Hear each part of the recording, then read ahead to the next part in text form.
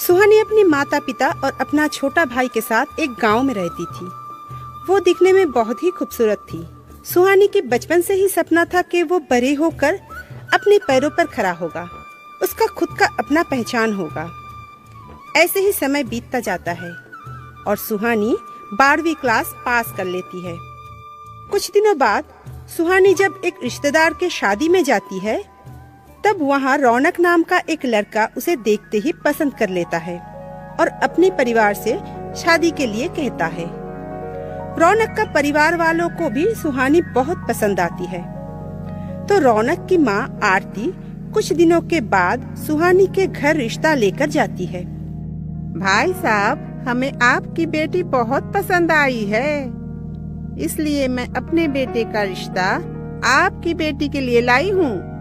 मेरी बेटी बहुत खुशनसीब होगी जो आपके घर में बहू बनकर जाएगी। मुझे 2 दिनों की मोहलत दीजिए, मैं अपने घर में सलाह करके आपको बताता हूँ। सुहानी के पिता अपने घर में सबसे बात करते हैं। रौनक शहर में अच्छा नौकरी करता था और उसका घर बहुत ही अच्छा था। सुहानी के पिता को रौनक बहुत पसंद आता है, पर सुहानी की राय जानना भी तो जरूरी है।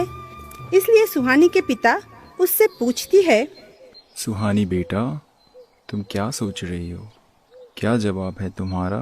पिताजी, आप तो जानते हैं ना कि मैं अपनी पैरों पर खड़ा होना चाहती हूँ, तो अभी शादी।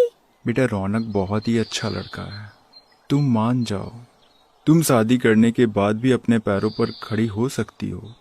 पिता के कहने पर सुहानी राजी हो जाती है और कुछ ही दिनों में रौनक और सुहानी की शादी हो जाती है। शादी के बाद कुछ दिन हंसी खुशी गुजर जाता है। फिर एक दिन सुहानी रौनक से अकेले में कहती है, रौनक, मुझे तुमसे कुछ जरूरी बात करनी है। हाँ सुहानी, बोलो ना। रौनक, मुझे खुद का कोई बिजनेस करनी है। सुहानी, क्या जरूरत है? मेरा अच्छा खासा नौकरी तो है, तुम्हें किस बात की कमी है? ऐसी बात नहीं है, मैं अपना खुद का बिजनेस चालू करना चाहती हूँ, खुद का पहचान बनाना चाहती हूँ। तभी रौनक को अपने ऑफिस से कॉल आता है और वो घबराए हुए जल्दी से चला जाता है। रात भर रौनक घर नहीं लौटता। दूसरे दिन सुबह जब रौनक घर लौटता है, तब अपने परिवार से वो कहता है, माँ, हमारी कंपनी में बहुत बड़ा नुकसान हो गया है। हमारी कंपनी बंद हो गई है। ये आप क्या कह रही है? ये सच है सुहानी। इतने बड़े सदमे के वजह से रौनक की तबीयत बहुत खराब हो जाती है। कुछ दिन बाद रौनक नौकरी ढूंढने निकलते तो है, पर तबीयत खराब होने के वजह से वो नौकरी भी ढूंढ नहीं पाता। सुहानी ये सब देखकर परेशान हो जाती है। फिर एक दिन वो अपने सास से कहती है, माँ, क्यों ना अपना खुद का एक बिजनेस चालू करूं? हमारे हालत अभी सही नहीं है। कोई बिजनेस अगर कर पाई तो घर में भी सहायता हो जाएगा। ये सुनकर आरती गुस्से से लाल हो जाती है और अपनी बहू को कोसने लगती है। तुम्हें क्या ये सब मजाक लग रहा है? अभी हम इतने बड़े मुसीबत से गुजर रहे हैं और तुम दोबारा से हमें मुसीबत में डालना चाहती हो। मुझे तो ऐसा लग रहा है कि ये सब जो हो रहा है वो तुम्हारे कारण ही हो रहा है। ये सारी गलती तुम्हारी ही है। तुम जब से मेरे घर में आई हो, मेरे घर को बर्बाद कर दिया है। अब और क्या चाहती हो तुम? एक औरत होकर क्या कर लोगी बिजनेस करके? माँ, आप ऐसा क्यों कह रही है? मैंने किया क्या है? ये तो सारी बदकिस्मत है। किस्मत खराब है तो अच्छे दिन का इंतजार करो और खराब मत करो। मैंने कई बिजनेस बनते और डूबते देखा है। इतना आसान नहीं है, बड़े पापड़ बेलना पड़ता है। तुम बिजनेस करने चली जाओगी तो मेरा बीमार बेटे का ख्याल कौन रखेगा?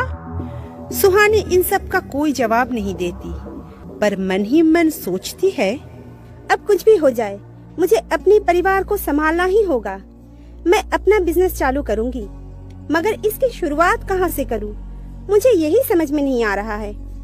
रात भर सुहानी ये सब सोचती रही। तभी उसे सास की कुछ बात याद आती है।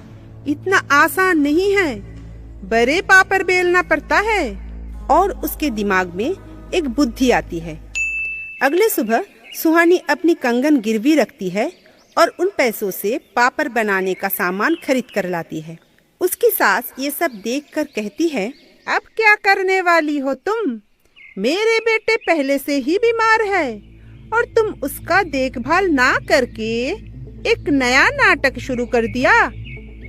माँ जी, मैं ये सब आप लोगों के लिए ही तो कर रही हूँ।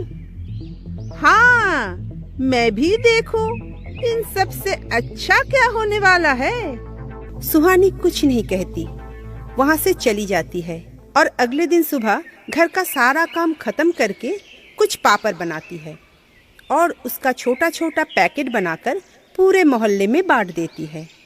वो घर लौटने के बाद उसकी सास उसे कहती है, आइए महारानी, घर का सामान बांट कर आ गई।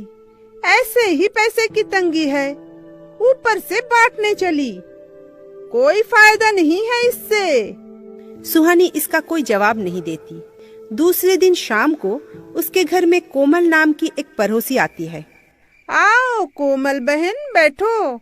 मैं बैठने नहीं आई हूँ, बस सुहानी को शुक्रिया करने आई हूँ। शुक्रिया किस बात की?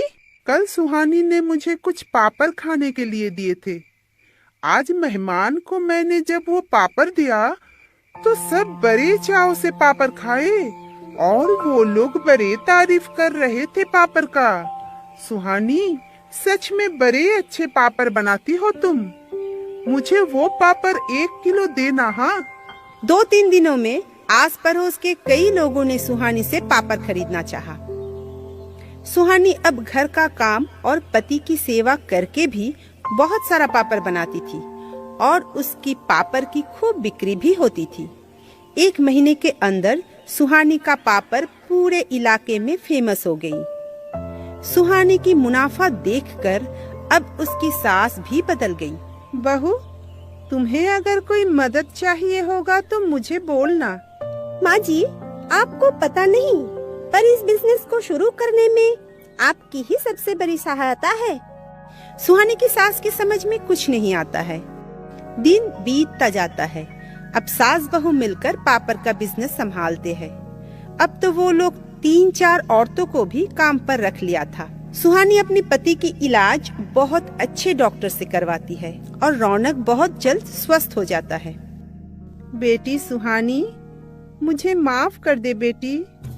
मुसीबत के समय मैंने तुझे बहुत बुरा भला कहा था। तू सिर्फ मेरी घर की लक्ष्मी नहीं बल्कि दुर्गा है, 10 हाथों वाली दुर्गा, जो घर को तो अच्छे से संभाली, पति को भी स्वस्थ किया।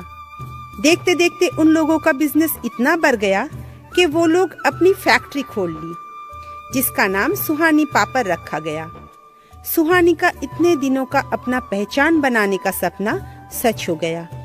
उन लोगों का अपना बड़ा घर हुआ, खुद का कार भी हो गया।